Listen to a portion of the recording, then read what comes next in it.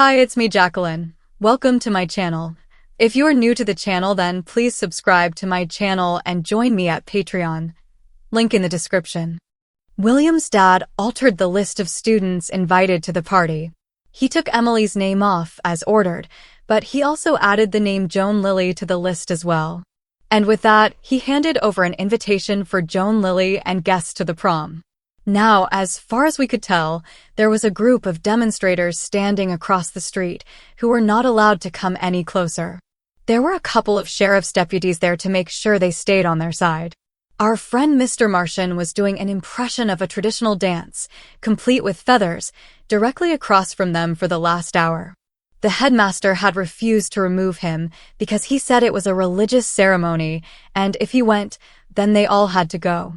He probably just blew his bonuses for this year, but by the way he smiled when he said it, it made him pretty happy to do it. Victoria asked, "What did the sign say, Roger?" "I don't honestly know," Roger replied. Martian was dancing around and doing that chant, and several of the cheerleaders were chanting right behind him. Then every once in a while, he'd hold up a sign of his own.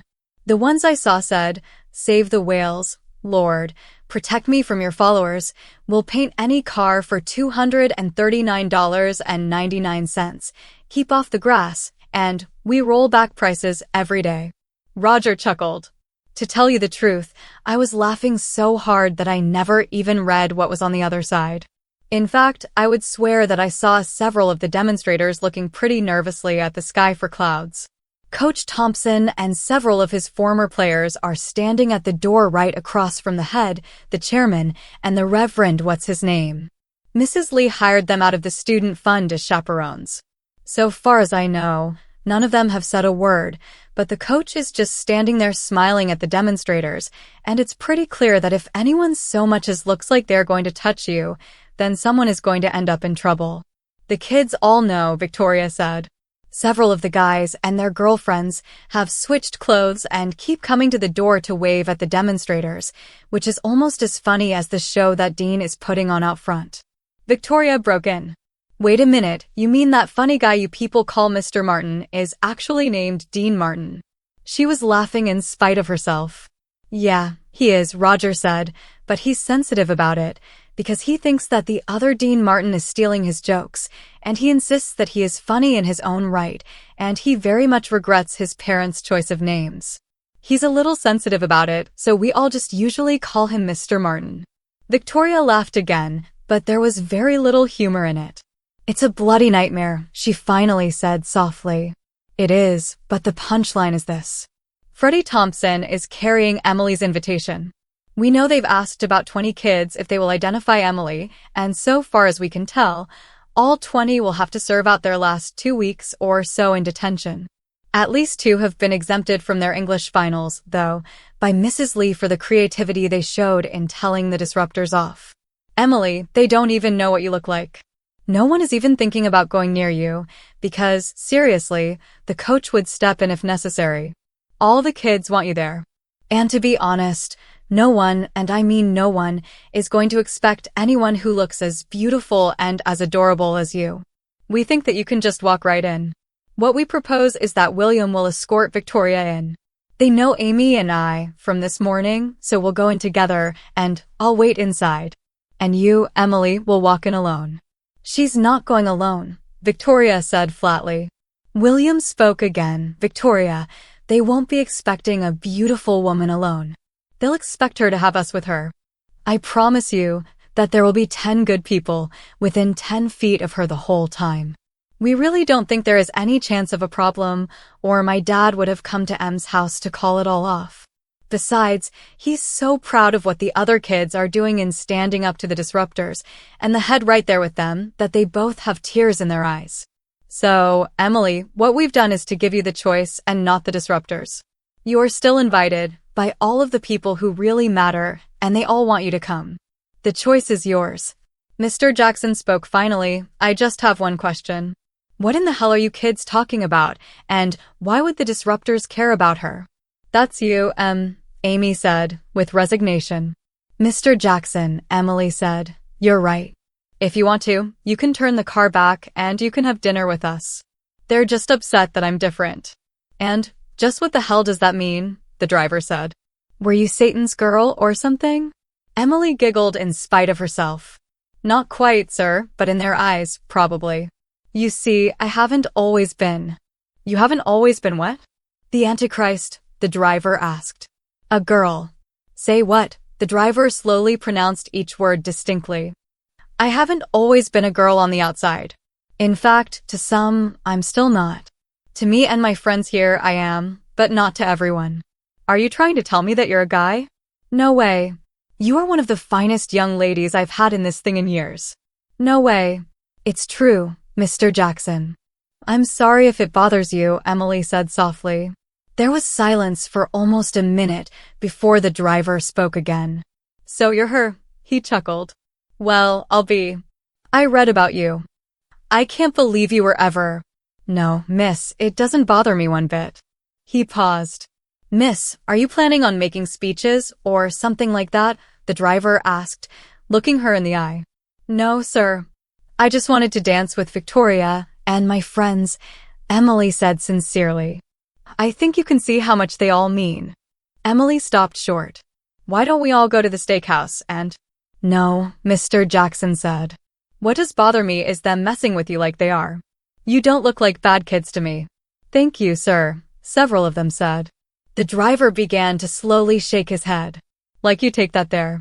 Do you know how many times I've been called sir from the back seat of this here limousine?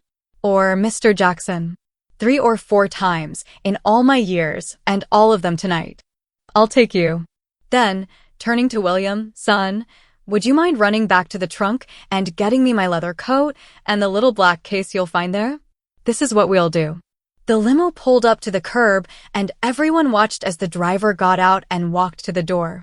The first thing they noticed was that the limo had diplomatic flags on the front. The second was that the driver, in his leather coat, looked more like a bodyguard than a driver. He opened the door and reached into the dark interior of the car, drawing out the most beautiful young woman. She was dressed all in white, in a gown that flowed about her like wheat in a windy field. When she smiled and looked at the people standing near the door, there was an audible intake of breath. Slowly, she lifted her skirt with her left hand and slipped her right into the crook of Mr. Jackson's arm as he escorted her to the door. She never once looked back across the street. Good evening, Miss Lily, the headmaster said, as Mr. Jackson handed over the invitation. Enjoy the dance. He was beaming. Thank you, Mr. Jackson. For everything, Emily said to the man as she released his arm. That's quite all right, Mississippi. I always wanted to do that, he said, reaching into his coat and shifting the rolled-up gym socks he was carrying under his arm. If you need anything else, ma'am, my beeper is on your speed dial. I'll be right across the street with the car. Emily stepped a little way inside the door and turned to wait as Jamal walked back to the limo and pulled away. For minutes later, the same limo, minus the flags and with the vanity lights turned off, pulled in from the opposite direction. Quickly, 2 couples popped out of the back and headed toward the door. Ladies, good to see you all, the headmaster said calmly. But the chairman, who was eyeing Victoria, had recognized them. William and Roger. Good evening, children. You haven't by any chance seen your friend Mr. Gordon, have you? Roger looked at the man very hard, causing him to step back a pace.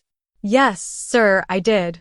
Mr. Gordon is at home with his wife, waiting for their daughter to be returned safely to them. Very funny, Roger, but just try to remember that you are just another student here, the chairman bristled. Roger was holding his temper, which was a good thing, because the headmaster had time to intervene by placing his hand on the chairman's arm. Tom, he's also the man who put a known criminal in the hospital with 1 punch because he threatened the girl. You'd be wise to let it go. He wouldn't dare. The chairman sputtered. Tom, I've been sorely tempted myself all evening. Let it go, the headmaster said, causing the chairman to spin around on him. You'll lose your job for this, the man vibrated. Tom, you'll lose a lot more than that. I won't even have to stand up to the board or tell the newspapers what a jerk you are. If this young man ever did lose his temper, he glanced briefly but pointedly back at Roger, which I highly doubt he would over a fool like you. Then, Turning to Roger, he placed his other hand on his shoulder and said, "Run along, son. Well done, and enjoy the party." A few moments later, the sounds from inside the prom suddenly died. There was a long pause of silence, and then everyone began to clap. The jerks knew they had been had, but they were not sure how. The final confirmations were Mr. Jackson, who was leaning on his limo, laughing at them, and Mr. Martin, who jumped into the middle of the street and held up a FedEx sign for the considerable crowd that had gathered and screamed, "When it positively has to be there overnight." "I'm surprised," the chairman said and made for the door. Coach Thompson stepped right in front of the man. "What are you doing?" "Get out of my way," the chairman said. "I'm sorry, sir, but do you have an invitation?" The coach smiled pleasantly. "What the heck are you talking about, man? Get out of the way or you're fired." Thompson just smiled and pulled an envelope out of his pocket and pressed it to the chairman's chest. "Tenured" was all he said. "What the heck is this?" the chairman asked through his teeth. "Retirement papers. You sign them, and I'm gone by the end of the year. Of course, there will also be the early retirement bonus, as specified in my coaching contract, which I would very much appreciate your signing over to me. Now, since I've been kind enough to go first, I think it's only fair if you show me your invitation." "I don't have a darn invitation," the chairman sputtered. "Doesn't surprise me, Tom. I've known you for 20 years, and I wouldn't want to invite you to a car crash, but I thought it only polite to ask. Now move away, or I'll call the police over and have you removed." The coach never broke his smile. He had finally found something he liked more than homeroom. "This hall is owned by the school board. You can't remove me," Tom growled. "You made the students rent it for the night, out of the funds that the student organizations raised. So unless there is an imminent danger of destruction to the property under the terms of the rental contract, you have no rights here at all. You see, I sent 2 of my kids to good law schools. I told you we needed a better lawyer than your brother-in-law, you jerk." Inside, they had done a wonderful job on the hall. It was beautiful. Emily slipped her hand into Victoria's arm and walked to the top of the stairs that led to the dance floor. She paused to look down, to see who was there, only to find the word of her arrival had already spread. Someone turned a light on her, and there was another gasp, and then a very faint murmur from here and there in the crowd. Most people just stopped and stared at her until the music stopped. Please subscribe for the next part and visit my Patreon page for early access.